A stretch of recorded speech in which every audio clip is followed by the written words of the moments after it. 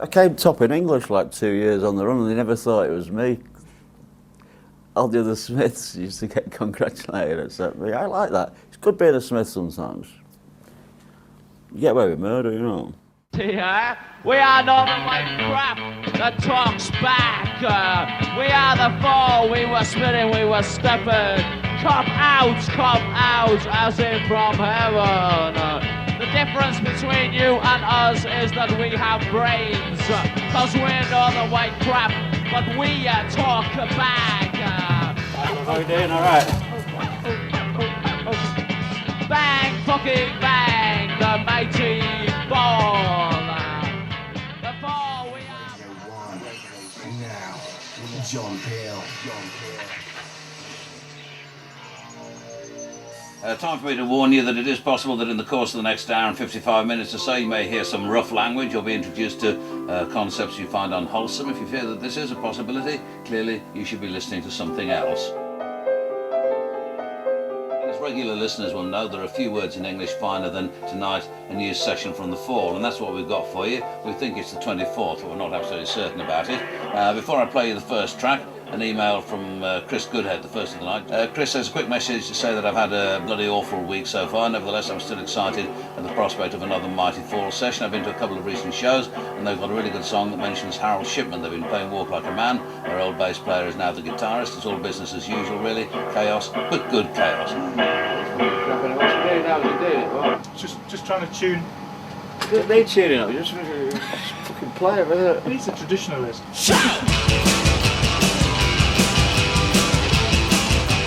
When they start saying they like the Fall, it's usually they run out of ideas.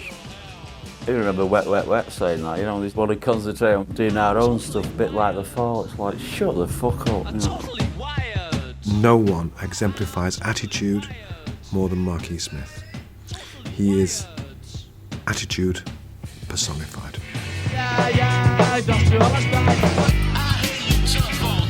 Mark's an inspirational character and also an awkward get, you know.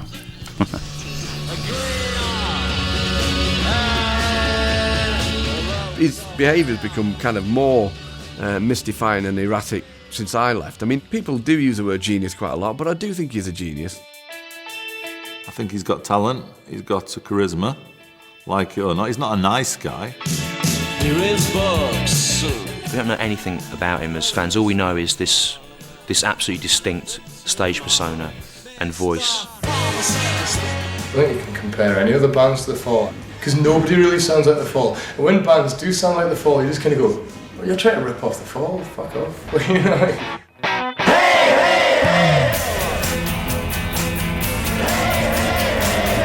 With The Fall, you can never be absolutely certain what you're going to get. Sometimes it may not be what you want, but it's still, they're the Fall, that's all you need.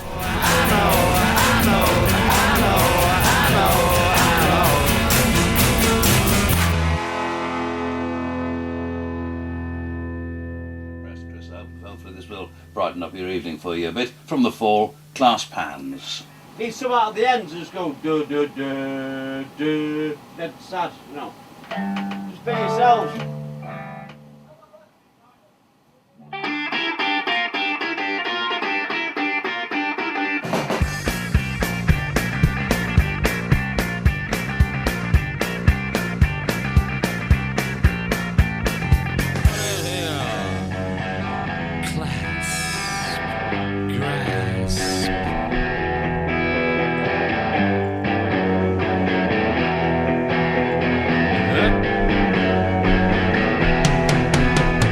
My dad's sort of attitude was you follow means of the business, you know, or go into the army, otherwise you waste of bloody time, you know.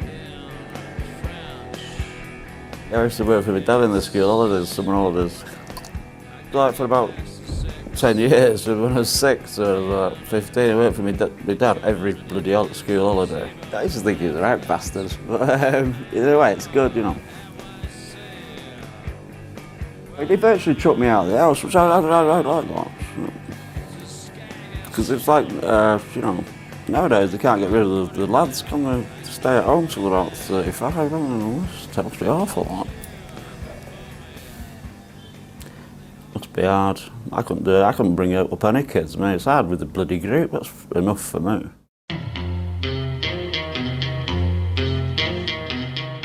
I formed the group because I wanted to write music. I was like laid off the docks and all this shit. So it was a way of earning money at the start.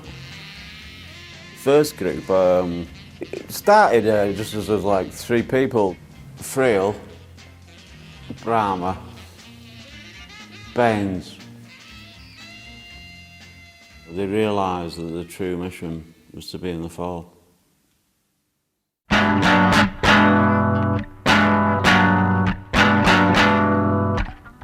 It wasn't taken seriously in them days. In them days, it's a bit like now, you just think you've got to have £1 million before you start a group. You know.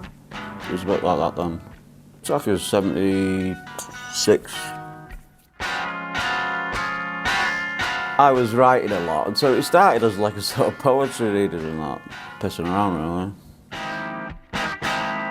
Yeah, we all used to meet up and hang out at my flat on Kingswood Road in Prestwich and listen to music.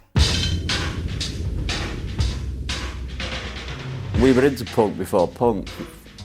We were into the garage groups, like the early 60s groups, you know.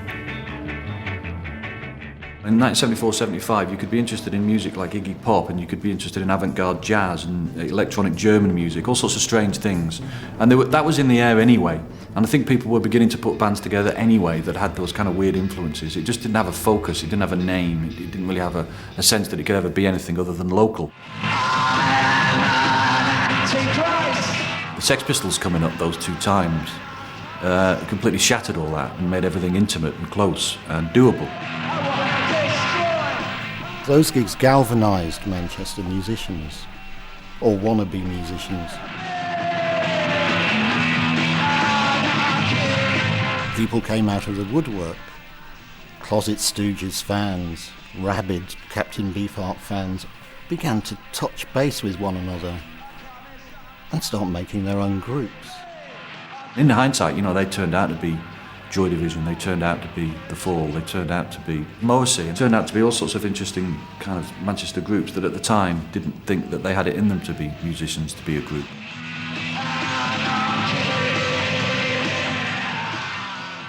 So everybody went to the gig, but I did, so fucking what? Psycho, psycho! Well, we got involved in this like Northwest Arts thing. It was like a musicians collective. It was like brass bands and bird noises. There was a fella did symphonies out of bird noises. Anybody could get up and do a performance, so it really suited what the Fall were about at that time.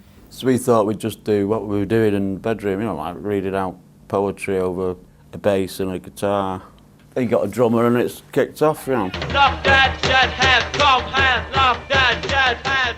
After the Sex Pistols gig, there was lots of strange things happening in odd basement clubs in Manchester. Obviously the Buzzcocks had started up, and if you went to see Buzzcocks, there would be interesting support groups that had also come about at the same time.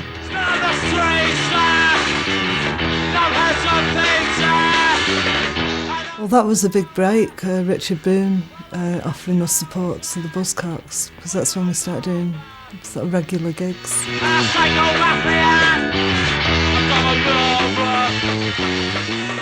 They were startling. They had the thrift store styling, totally anti-fashion, with the threadbare sweaters and the awful shirts. They were totally a garage band, and they obviously had it. Incredibly exciting if you knew your Iggy Pop and you knew your Can and you knew your Captain Beefheart, because it seemed to have the same thing going on, this crunching together of strange rhythms and odd shafts of sound just sort of cutting against it like bits of glass, and a really peculiar guy at the front ranting away. Everything I read, I used to believe everything I read, but that's all times and now I'm stepping out. Once Spiral Scratch had been released and we'd been working with The Fall on a live, occasional basis, I thought it was important that their work was recorded too. Yeah. Well, actually, you've got to say this. The Buzzcocks paid for our first recording. God bless them. I would have loved to put it out myself. But things around Buzzcocks got commercially chaotic and I was distracted, so gave them the tapes. Good evening, welcome to What's On for World Cup Plus. I think Richard must have mentioned the band to me. I certainly remember getting a copy of Bingo Master's Breakout, thinking, this sounds bloody weird, this sounds like part of The Explosion. And I remember taking a film crew up to a basement in a house in North Manchester in Prestwich.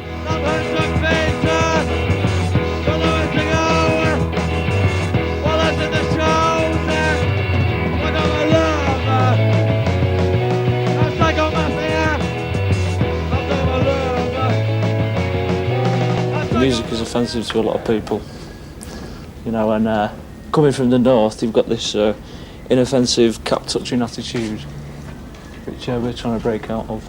I always think it was more attitude than music. I think that's what the Fall brought to Manchester. And again, they brought this great oppositional thing, which is they loathed wankers like me from South Manchester, and Marky epitomised that. You see, it's more than just the songs you're playing. Yeah, I mean, it is more than the songs. I mean, the music is secondary, really. The music scene does not communicate to people. We try to. That's where we fall down.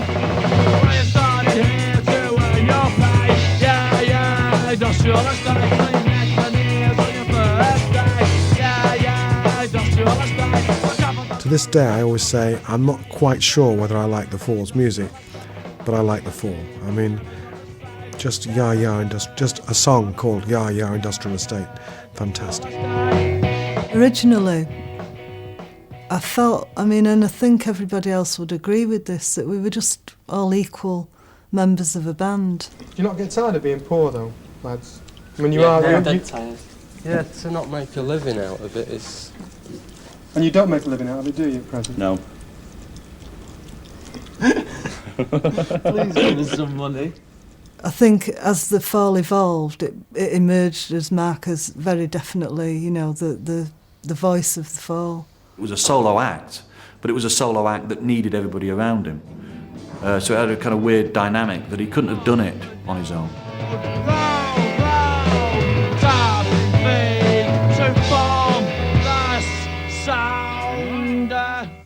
Give me a name then. Well, give me a name then. I met Kay through a friend. She worked at Prestwich Hospital the same time that I did. And when she split up with the partner, she came to live with me. And at that time, me and Mark were drifting apart. We were splitting up, really. And they got together and she became the Fall's manager.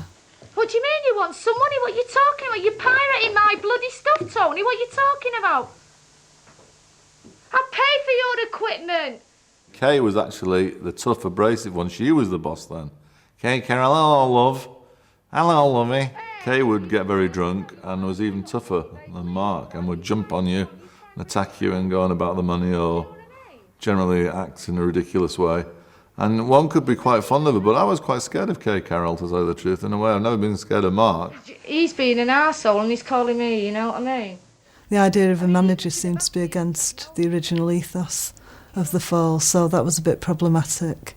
And Tony left. I left. And then a whole new Fall emerged. Right, noise!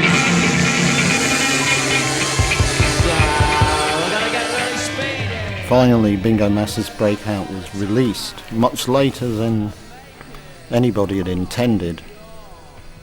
But there was a certain amount of redemption involved. Some critics got where the Fall were coming from.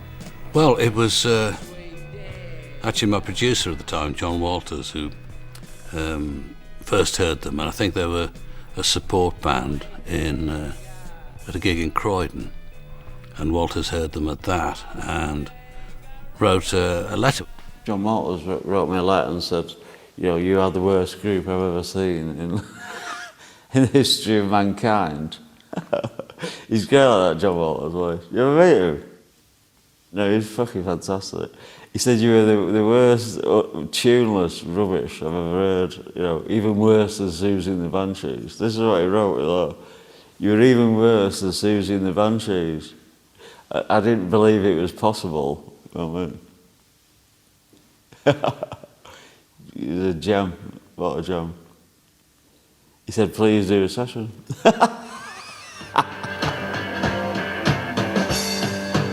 Get to start again, Pardon? Get to start again. Oh, it's been really good, this. We're really having a really good groove through it.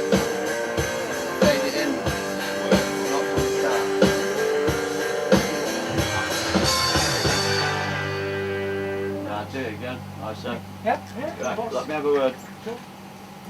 We do it again, kids, with a bit fucking, just hit it a bit harder. Rhythm section and the keyboards. Steve, you gotta fucking play a bit harder, and you gotta be in tune, and you gotta do it on the changes. You heard a taster of this earlier on. It'll be slightly louder now, I think, actually. The Fall and Blindness.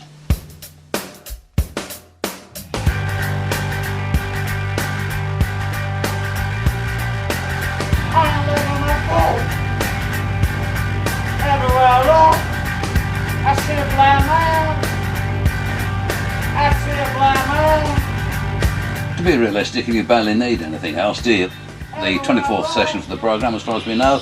The very first of them was recorded at Maida Vale on the 30th of whichever the 5th month is, in 1978, and broadcast. The Fall were on the way to do a John Peel session, and the bass player at the time, he'd had a few ups and downs, a guy called Eric Ferret. And I think the actual point at which Eric was thrown out of the band was he decided that he didn't want to come along to a Peel session. So I was going along to help him with the gear. And when we got back, I got a phone call from Mark asking me if I wanted to join. Now, bearing in mind, it was my favourite band. I was happy to be a roadie, and I was being asked by Mark Smith to join the Fall. And I was still 16 years old, and I didn't have to think long and hard before saying yes. Like my granddad used to stand outside prisons and that, and when the release say, you work for me. This is a bit like me. You know what I mean? Or you can play the bass, right, you're in. Don't have auditions or anything. Usually comes off right, actually, touch wood.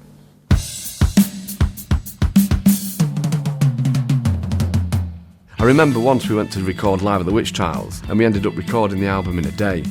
So we were wandering around London, particularly Martin, Carl and I, and I remember saying to me, you're Mark's puppet, aren't you? You know.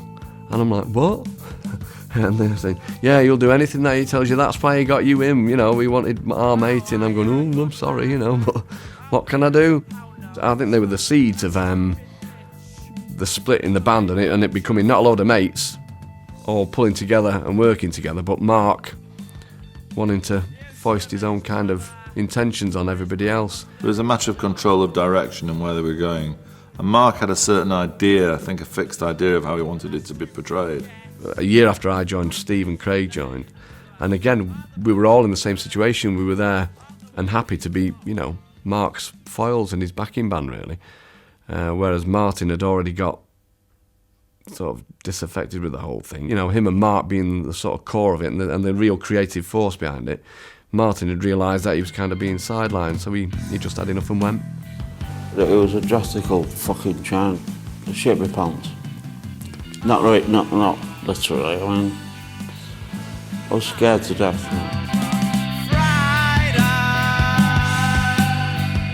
The guys who I'd seen carrying the equipment onto the stage were suddenly playing, because Steve suddenly went onto the bass and Craig Scanlon then became a guitarist and Mark moved on to guitar. So this ever-changing kind of movement of the Fall. I don't know how we ended up going around with them, but just like these really strange people from the other side of Manchester who just seemed to be really into the music. Is there anybody there? Yeah! Dragonaut was like, it was like 3 19-year-olds, you know.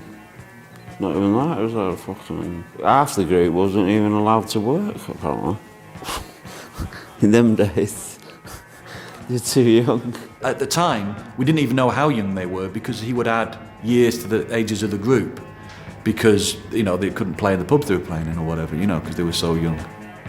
I like to get them and tutor them. Is the word, I suppose. You understand?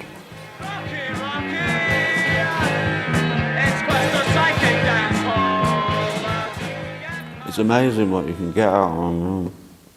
It is incredible.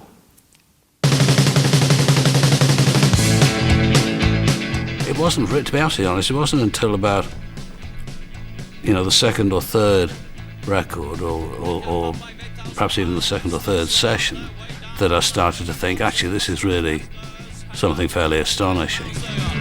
Containers and their drivers, they are containers and their drivers, they are containers and their drivers. It fitted into the John Peel show because it was in a way made out of the John Peel show. It was, it was a soundtrack that was based on listening to the John Peel show. The strange sense in the early 70s of listening to this show late at night that was bringing things from around the world that were just so exotic and so strange. I first heard The Fall in about 1981 on John Peel. The mad kid ran left side, south side towards me. He was about 7. You kind of used to listen to it under the bedclothes, that sort of thing, in the middle of the night. And I remember not really liking it. And the mad kid said, "Give me the lead, give me the lead, give me the lead." And I just thought it was annoying and incomprehensible. But then that in itself became fascinating, and the good thing was you get kind of exposed to it. There was a feminist Austin Maxine parked outside with anti-nuclear, anti-nicotine signs on the side. Anyway, 2 weeks before... It's that fascinating thing of this superficially ugly music and these really fascinating, incredibly well thought out words. The Observer magazine just about sums him up, e.g. self-satisfied, smug. Mark does use language extraordinarily well and in such a way that you're perhaps made to think more deeply about something which you may have taken for granted. So in the way that a poet or a painter would, where you just may think, actually, I never thought of it like that. So I resign to bed. I keep bottles and comics stuck by its head. Fuck it, let the beard grow. He has an amazing eye for the mundane and at the same time for the complete strangeness and otherworldliness of things. And they will ask me how I wrote Plastic Man, how I wrote Plastic Man. They're all caught up together. They seem to come from some other place. Politically, he's neither left nor right. He sometimes espouses views that you might think were right-wing, but then he'll come out with something that's extremely radical. He's neither one or another. He's critical, essentially, of everything, and perhaps suspicious of everything as well. I don't understand that. No. Which I think is the best way to write. I'm still like that. I don't know what I'm writing about half the time. I don't want to give my secrets away to these fucking idiots on the BBC. Do you understand that?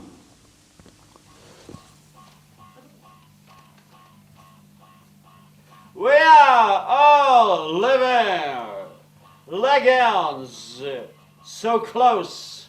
My brain is imploding, but everything is alright. I am a rabbit from Germany. I was very happy. I could frolic around all night by the Leipzig station. But tonight, of course, is a night for the Fall, and this is What About Us?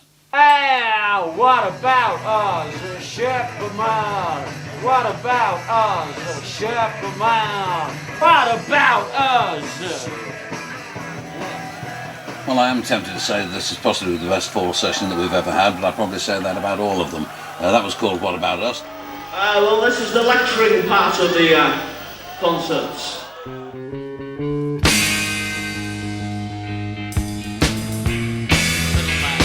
He likes to have a dominating influence, or we should say like a paternalistic influence over you. Very much like an old Victorian paternalistic boss. Most of the time we just got on with it and pretty much did as we were told, didn't we? Yeah. At the beginning, yeah. At the beginning. Yeah, fucking put the monitors on, for Christ's sake! Like a matter of life or death, the Fall gig, wasn't it? Yeah. There was... You couldn't be seen to enjoy yourself, could you? No. I've never been in a room that so crackled with malevolence. I mean, we had our backs to the wall at the far end of the room and were extraordinarily grateful to have done so. I mean, there was so much hostility and rancour. I remember there was one gig we did. It was only a little club, but it was that low that we couldn't hear what was going on the other side of the stage. I couldn't hear Steve and Craig, and they couldn't hear me. So me and Craig swapped over sides. Up in a room, there's a cloud of smoke. Yeah, fucking get it together instead of showing off. Well, we got right. Bollock him when we got off. What are you doing? You know, who do you think you are? You're not in a big rock combo, you know. You're not in U2, but he's swapping sides and messing about. No, I think Mark's got a different idea. I don't think the other guys quite grasp it. When Mark Riley's from a different background again, and his culture is different, and he thinks in terms of a conventional group writing nice songs. I don't think Mark Smith wants to be a pop artist or a rock star, you know. My relationship with Mark Smith started off brilliantly and ended not so brilliantly, really. You could kind of see it coming, I think. Yeah, there've been various arguments and, you know, fallings out, and there seemed to be a lot of difference of opinion on how things should be done. I was probably just a little bit more vocal about it, which would still be not very vocal, and it certainly wouldn't be, you know, fist flailing and fingers pointing. It'd be just like, well, excuse me, but we're not quite happy about that, you know. Mark Smith was quite critical of Mark Riley's playing and, you know, his attitude. Mark Riley, he wanted to do stuff his way, and I think that clash. Well, he wanted to do the hits every night, it's not the group. It was like there's only one leader in the Fall, you know, Mark, and then I suppose Mark was a bit of a challenge to that. He said, we're going to Europe in about a month. I went, all right, okay, he says, but I don't want you to come. I was like, what? And he said, yeah, we're going to do it without you. I said, oh, right, okay. He said, if you don't go very well, we'll call you when we get back and you can rejoin the band. And I'm like, right, okay. Like, in a daze, you know. So the next thing I knew, it's about a month later, I think, and they were going to Europe. I've still not had the phone call. Well, it just carried on, really. Kay was still the manager, and she'd set this American tour up, so we went and did that, and Kay... I don't really want to say that, do I, really? I don't want to say that Kay left Mark, and then he met Bricks all on the same tour. But, that's how it happened. The man whose head expanded. He answered me and said, I don't like your records much, but what are the lyrics about? You know? So we just got on from there. We got married. No, that's not what I said. I said, actually said. Well, it was like, I thought you guys were brilliant, but I can't understand your lyrics, and they irritate me because I can't understand them. What I meant to say. The story of the Fall and Marky Smith over the last quarter of a century has so many elements that it's got to have a soap element, and it's got to have the Elizabeth Taylor and Burton element. It's got to have the Paul and Linda McCartney element. It's got to have that kind of weird, odd, sexual thing going on. And it was the last thing you would have expected Mark E. Smith to get involved in. You know, having his wife in the band. Kicker, Kid Conspiracy, Kicker, Kid Conspiracy, J Hells, Tonic Wing, and Slickers, King of Team. No, it's like Fall was one of them things that, you know, I was on the verge of splitting up, really. So Bricks sort of brought a bit of a new life back into it, I think. Different ideas, and, you know, it wasn't just the miserable blokes from Manchester involved.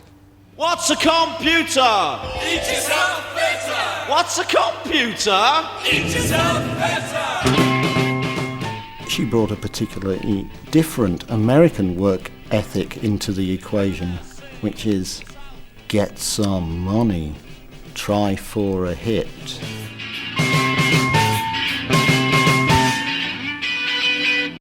I actually sacrificed my principles in order to get the Fall on television. I wanted to pick somebody who's like a favourite of mine for a number of years, and funnily enough, they've never done national TV in this country before. They've done a couple of local things, but they've never been on national TV, which seemed to me to be shocking. So I quite wanted to go down in history as the man who put them on TV. When they'd said to me, well, you know, how much do you want for coming up today? I said, I'll come up for nothing if you let me pick a band to be on the programme. It's The Fall!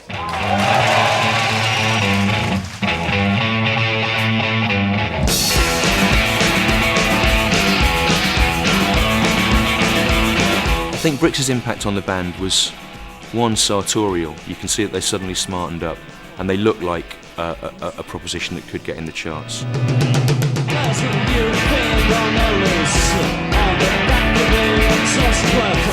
Secondly, I think that she brought a more overt kind of American rock and roll sensibility to it, which softened up a lot of the rough edges of the sound.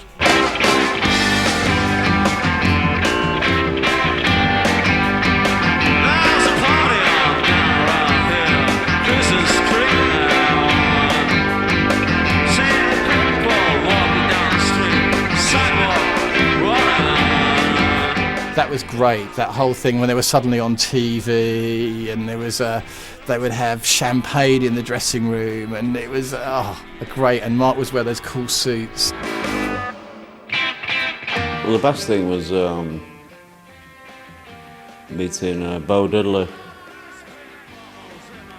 And he was on this old rock and roll tour or something, and he said it was the biggest load of crap he's ever experienced. And he said, but I did see you on that Tube show. He said, I was watching it in the hotel, and so Elton John and that fucking Paulie Yates, what the hell's going on there? There's only one good rock and roll group, and it was you. He goes, and it was you? I'm like, it's Bo Diddley. Because I love Bo Diddley.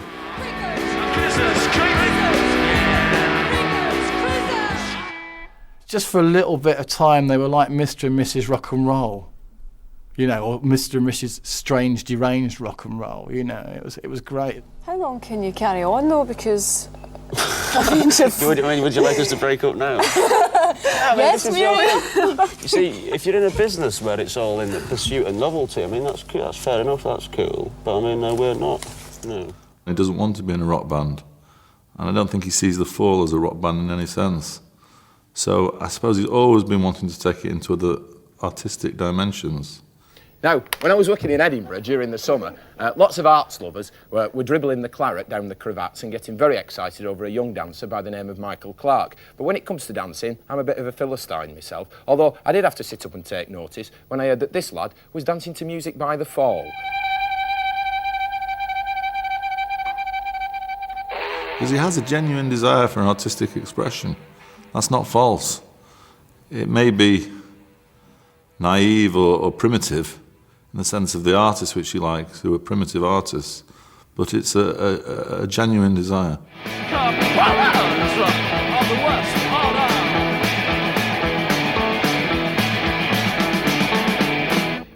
All the group stayed up to watch the old Grey Whistlestone. Not that I would, personally.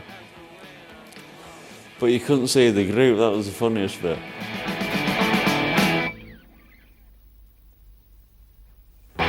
They stayed up to watch it with all the parents.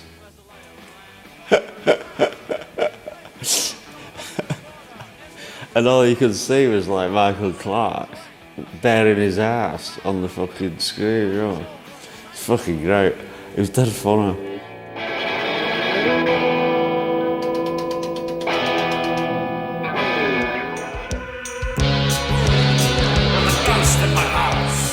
When a group keeps going as long as The Fall have done, and they have a sound that fundamentally is actually a commercial sound. I mean, at its most sort of fluent, for all its experimental and avant-garde edges, it's a commercial sound because it's about the attack of pop and the attack of rock, and the way that a good lyric has a catchy chorus.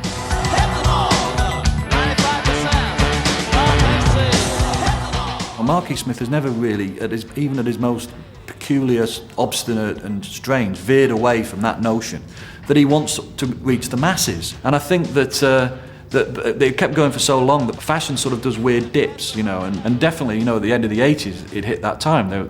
People noticed them.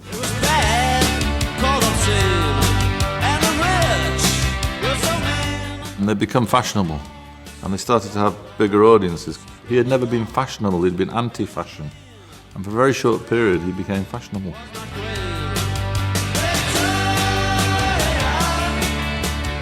I was so glad when we got very popular.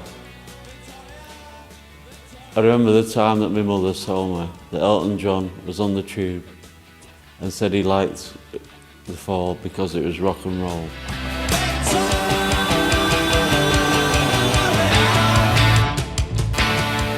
I thought we were doing something wrong, actually.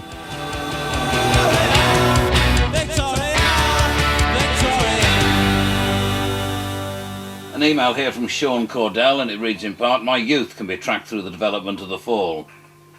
A good way to have spent your life, I think, Sean.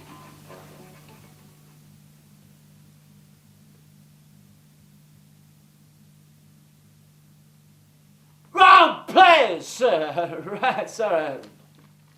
Because you have to walk to the vegetarian organic shop in Maryville. Ah! One! Here's the first take. Come on, yeah, first take. You can find that. Place! A rat town. I used to think I could do what I wanted to. A rat town. From here alone. I want the streets to complain for. Shout! I can't dance! I can't stand! Just forever as the my Clark said I'm a bastard. He is the rich the young William of around. Go insane.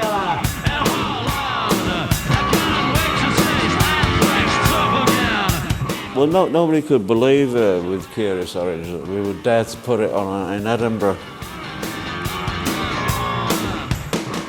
What was interesting about the idea of being associated with a ballet was that it seemed one of the few moments of utter logic in the history of The Fall, in a way.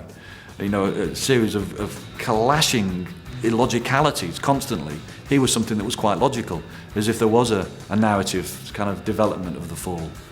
This is the moment when they're deemed to be quite artistic, really.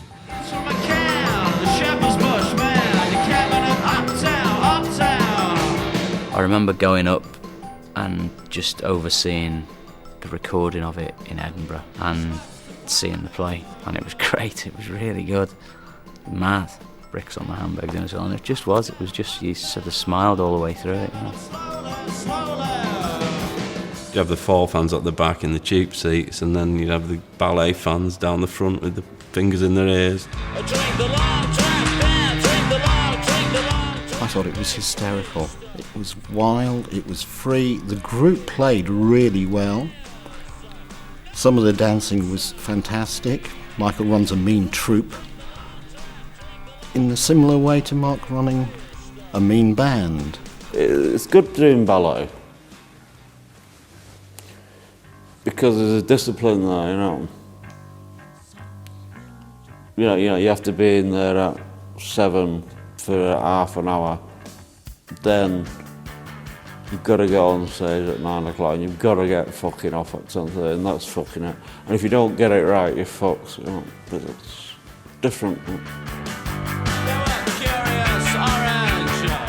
It took Mark to a new level of audience. It made him a favourite, you see. He suddenly became of interest to the chattering classes, to the very middle-class crowd and bourgeois crowd that he doesn't like himself, if the truth be told. Just as it was going really well, I think Mark just said, you know, I'm not really what you're saying I am. You know, I'm not this thing. I'm Mark E. Smith. I am not like your pet.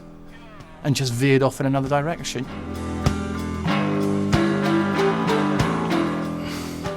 Difficult time for Mark, yeah. Goodbye, my dear.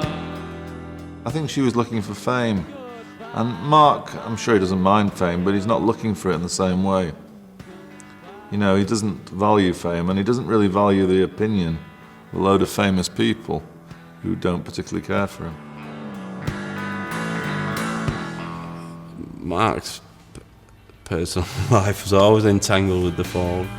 Last week, after a dynasty, I had crow's feet under my eyes.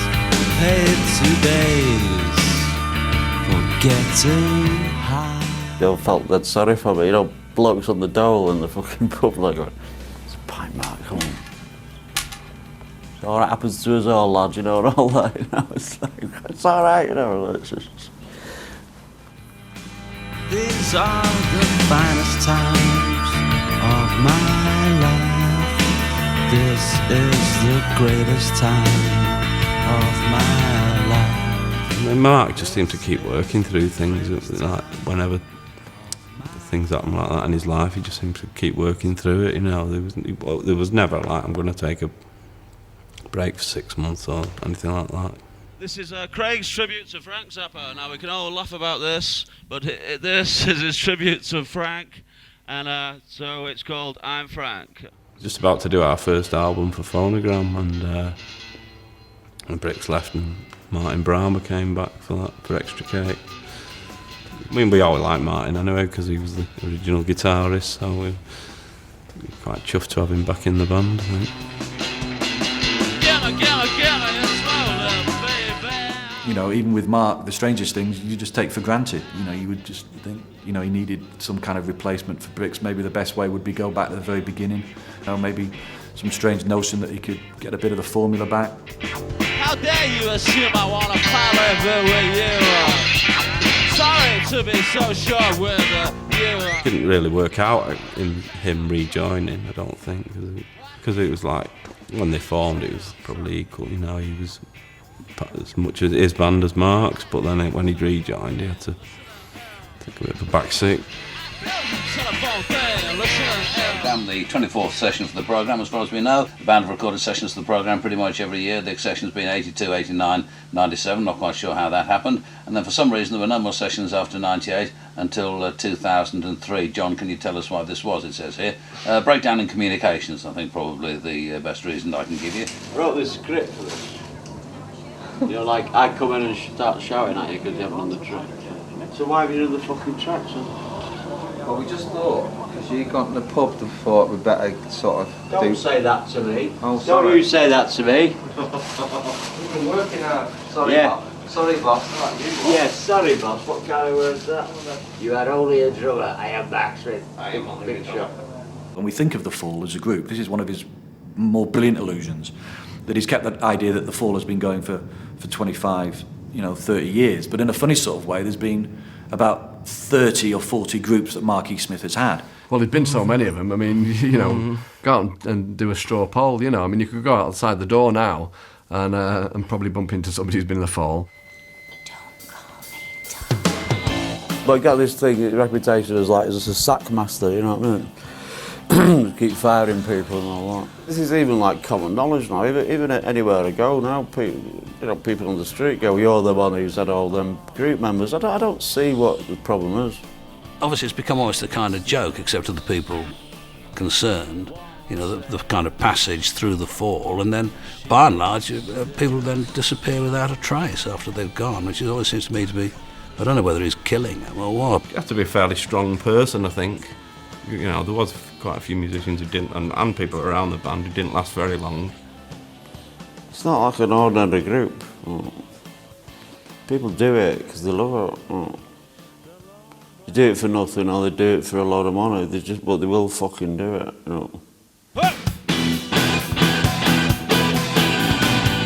I noticed in the 90s that what was happening with Mark E. Smith was what had once been sort of almost sympathetically registered in a certain area as the old curmudgeon or whatever, or the old fart, but what a genius. He suddenly became, a fucking asshole, I guess is the phrase. He suddenly become, not you realise that there was large parts of Mark E. Smith that were not very nice. I don't think he's made his behaviour any better by his tremendous use of drugs and speed and various things that would make his nerves worse. But he's a tough character. It shows on his face. He shows on his face as he's a hardline drinker. It shows on his face that he's a tough guy. There came a moment when it turned, And that abuse that we'd put down to just him living on the edge and the speed and the booze, it started actually to be something that was really, you know, clearly just affecting him as an individual. That was the moment when you kind of thought, oh my God, you know, what if he wasn't a genius? He was just an old drunken tramp that when he got really drunk started to spout phrases that made a kind of sense, and we read too much into it, you know. Just a little bit of that started to come into it, you know. The grass, the guitar will make us strong, and you'll be dead before I'm born. Bah! I don't think an award like Godlike Genius or Lifetime Service Award or anything is relevant to them, because it suggests that it's stopped. And it doesn't look like it ever is going to stop. You know, the point where everybody thought it would end was the mid-90s, when he didn't seem to be able to hold a lineup together. He looked terribly ill, and you really felt like you were living in the last days. It was turning into a bit of a shambles by this time. I think everybody would admit that. There was a lot of financial trouble the band were in, you know, which was kind of affecting everything. Gigs got cancelled and row in the sound check, and we wouldn't get to the gig, and you know, the writing was on the wall, really, I think, you know. But I don't know why we went to America. It seemed like a good idea at the time.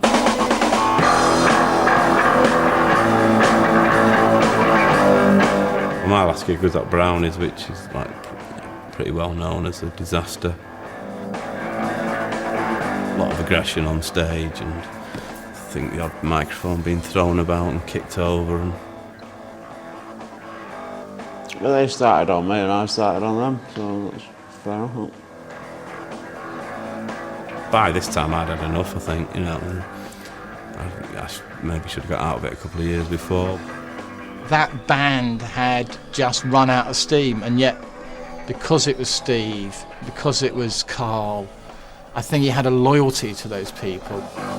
All the equipment was pushed over, and Mark was fighting with Carl and trashed the drum kit.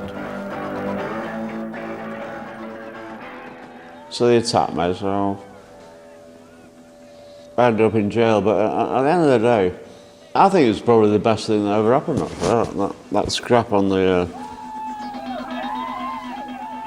stage. Because, you know, it's like, I felt like I was carrying these old fellas around all the time. I really did. They're all about my age, and they're shit. There's no two ways around it. You know, they're crap. A fucking animal on drums and a fucking idiot. Yeah, no fucking singer, man! Where's the fucking singer? You cock! I've been assaulted in public here by 2 people, or 3 people.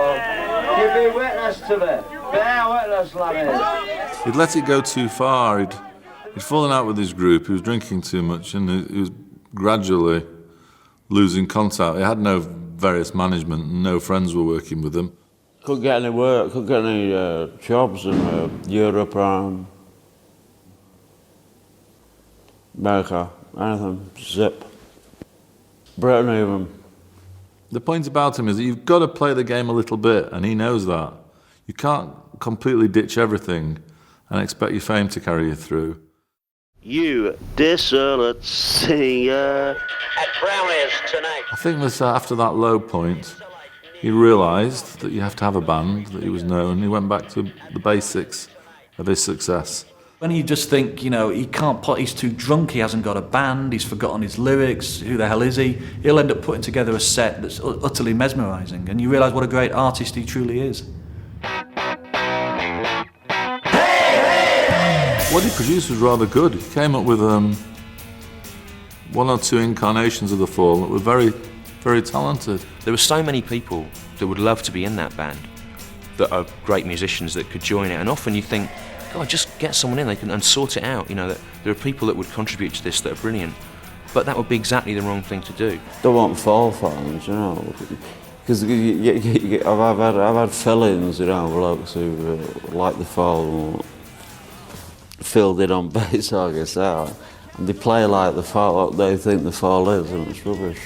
First time I met Mark, I was about 15 years old, because he used to come drinking in the same building that used to be my youth club, and kind of saw him on and off for about 4 years, and then I just got a phone call from a friend of Mark's who was giving me a ring asking me if I wanted to come and do a day's work for The Fall in Manchester. We went down, recorded some tunes off the Unutterable album, and I think on the strength of that performance that I did on that day, he kind of offered me the job. Everybody who works with The Fall is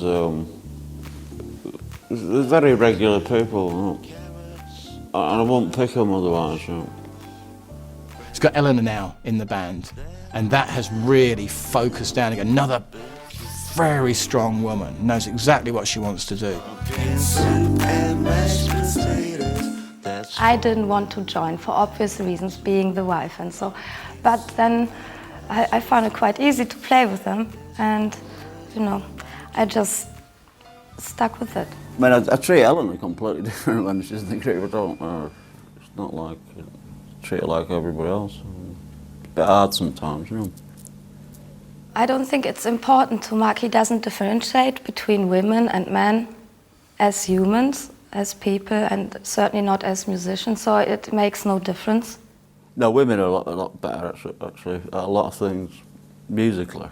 You just take it up. You can just give them an idea. A lot of fellas, you know, they want to know the mechanics of it all the time, which I can't explain to them, because believe it or not, I still don't know a D from an E or a F from an A. I know an A and an E, it's about... And this email says, play a Fall track for Mike and Froome and Ben in London, Us Old Saddos, and to all the young Fall fans, big up. And Spencer is a top Fall drummer.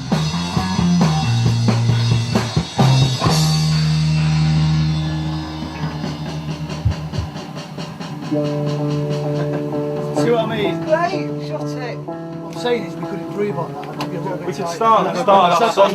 We don't have to do Wrong Place again, do we? Creatively, it's the best band to be in. It really is, because the songs are written that we release. Some are written by individuals, and some are written by the entire band. It gives you a lot of leeway. Turn my guitar up a little bit. I just give them the freedom, which they don't get in, you know, like rock bands and all that. At the end of the day, you know, once you hand that song over and he's sung over it, it's his song, it's his tune, you know. So, and he'll put his nice little, he'll do his thing to it that makes it that a little bit special. I love the way he reduces the basic idea of the Fall to being, you know, raw sound with weird singing over the top. You know, he's not a singer, but he's one of the greatest rock singers there's ever been, and his whole way of turning the drunken karaoke singing with the at the end of everything has become unbelievably powerful. My singing's getting very good, actually. I don't want about. I'm getting really good at singing, actually. After 25 years. No, I really am.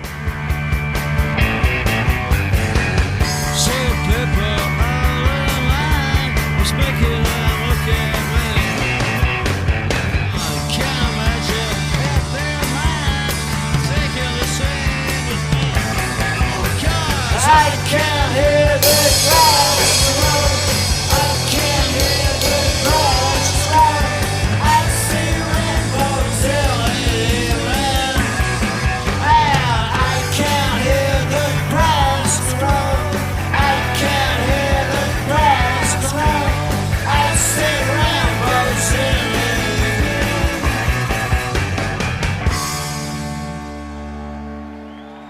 Well, this has been just magnificent, I think, and thanks Mark and the rest of you for making an old man very happy. 2 tunes from The Fall, Wrong Place, and The Moves, I Can Hear the Grass. Come on, 1, 2, 3. The latest band now is just fantastic. Who can you say that? 27 years, and he's got a stunning band. And I saw them a week ago, and there were like 5 new songs in the set, and they were the best 5 songs.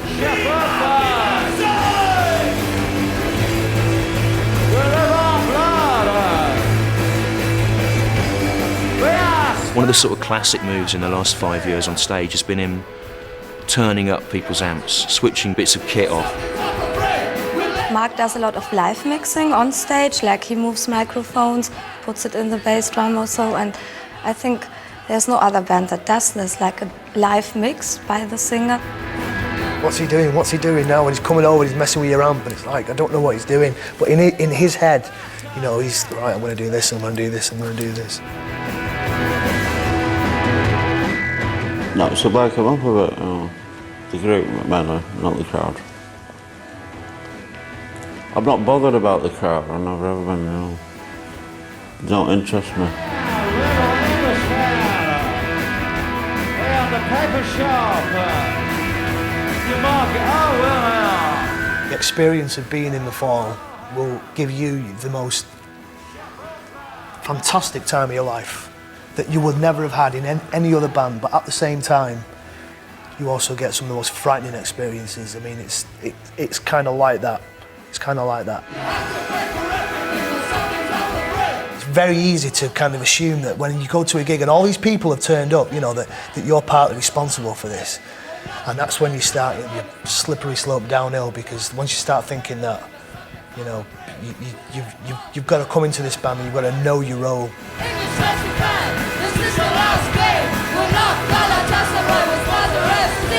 God, I will tell you how it will change. There was a song on Hex Induction, Hit Priest, that they redid on a Curious Orange soundtrack, which has got this line, "He is not appreciated." And every encore for time immemorial now has involved him handing the mic out to a member of the audience who can then shout, "He is not appreciated." And I think that there's a kind of feedback loop there of the audience flattering Marquis Smith, saying, "We know how good you are, but you're playing to these kind of crowds at this level." But there's also a bit of flattery going the other way. It's one of those rare moments where he is approving of the audience and saying, "But you know I'm really good."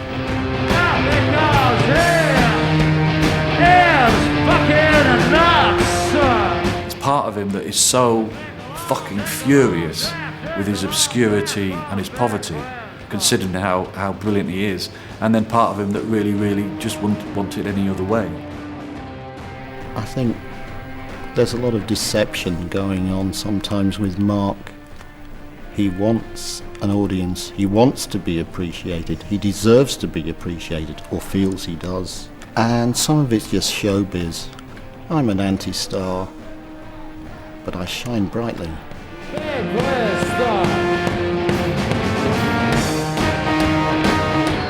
He lives in his own weird little world, and it's not a world I particularly want to be part of. But, you know, it's Mark Smith. What he does is brilliant, and you can never write him off.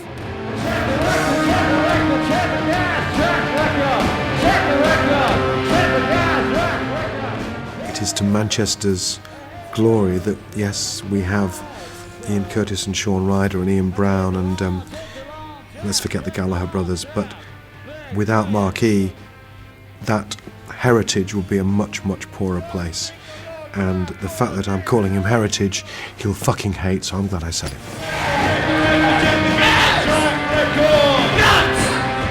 I respect Mark for continuing to beat his own path through the jungle that is life. You know, even if there's a well-worn path 3 or 4 feet to the left or right of him, he's still going to go down the middle, and that's got to be good.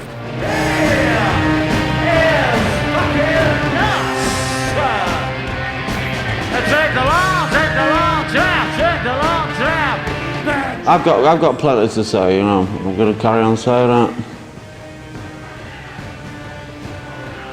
Okie doke. Check the record, check the Gas Rock record. Check the record, check the Gas Rock record.